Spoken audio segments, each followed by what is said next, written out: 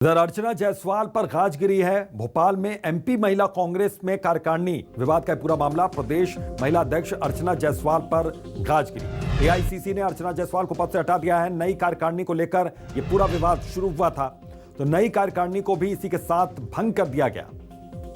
MP महिला कांग्रेस की जो नई कार्यकारिणी बनी थी उसको भंग कर दिया गया है। प्रदेश महिला अध्यक्ष अर्चना जायसवाल को लेकर विवाद हुआ था। अब एआईसीसी ने अर्चना जायसवाल को पद से हटा दिया है, तो नई कार्यकारिणी को लेकर यह पूरा विवाद यहां पर हुआ था। तो नई कार्यकारिणी को भी भंग किया गया। अर्चना जायसवाल पर गाज गिरी। एमपी महिला कांग्रेस में कार्यकारिणी विवाद का यह पूरा मामला। और कांग्रेस प्रवक्ता अजय सिंह यादव हमारे साथ जुड़ गए हैं, सीधा उनका रुख करते हैं। अजय जी, कार्यकारिणी को भंग करने के पीछे सिर्फ यही रीजन है या कोई और भी वजह है? देखिए, मध्य प्रदेश में कांग्रेस पार्टी का मुख्य संगठन हो या फ्रंटल ऑर्गेनाइजेशन, महिला कांग्रेस, यूथ कांग्रेस, तमाम संगठन हो, संगठन को चुस्त दुरुस्त करने के लिए समय समय पर कदम उठाए जाते हैं। अभी 1 महीने पहले महिला कांग्रेस की कार्यकारिणी का गठन हुआ।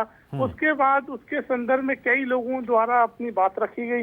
इसलिए हाईकमान द्वारा निर्णय लिया गया कि महिला कांग्रेस की कार्यकारिणी को डिसॉल्व किया जाए और नए सिरे से सभी की राय और सुझाव और सभी की शिकायतों को दूर करते हुए नई कार्यकारिणी का गठन किया जाए। इसलिए कार्यकारिणी को डिसॉल्व किया गया है और आगामी 10-15 दिन के अंदर नई महिला कांग्रेस की सशक्त कार्यकारिणी हमारे सामने होगी। ये एक रूटीन चलने वाली प्रक्रिया है। इसमें किसी के ऊपर गाज गिरने या नाराजगी का कोई सवाल नहीं है। पूरी महिला कांग्रेस एकजुट है।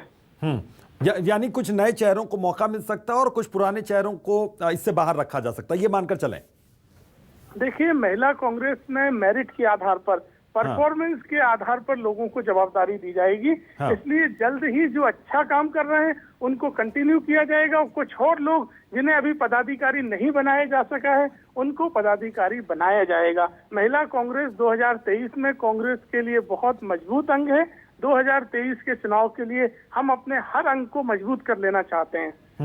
लेकिन ये कहा जा रहा था कि अर्चना जायसवाल को लेकर विवाद शुरू हो गया। अभी जनवरी में ही कार्यकारिणी बनी, 1 महीना भी नहीं बीता, और उसके बाद ही फिर उनको लेकर जब पूरा विवाद हुआ उसके बाद जाकर फिर से कार्यकारिणी को यहाँ पर हटाया गया, भंग किया गया एक तरीके से।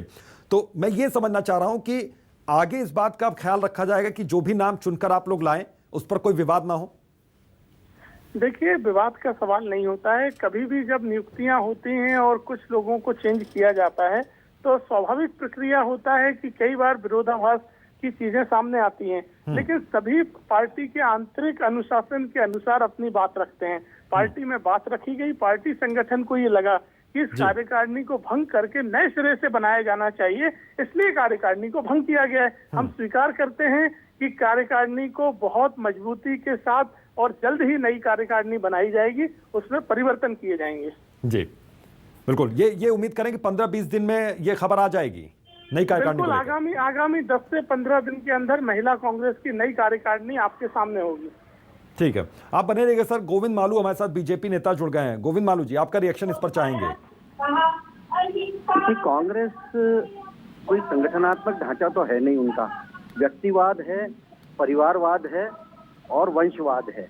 इसलिए कोई आश्चर्यजनक नहीं है कि बिना सोचे समझे बटाना, लगाना, बनाना, ये सब उनकी परंपरा में शामिल है। कार्यकर्ता की यदि अहमियत भी होती तो कांग्रेस की ये स्थिति देश भर में नहीं होती, इतनी सिमट नहीं जाती।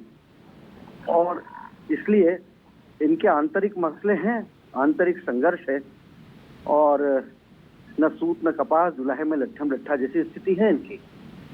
आंतरिक मसला है पार्टी का। बहुत बहुत शुक्रिया आप दोनों ही मेहमानों का चर्चा में शामिल होने के लिए। तो यहाँ पर कार्यकारिणी को भंग किया गया है, आंतरिक मसला है ये कांग्रेस का। बीजेपी भी ये साफ तौर पर कह रही है।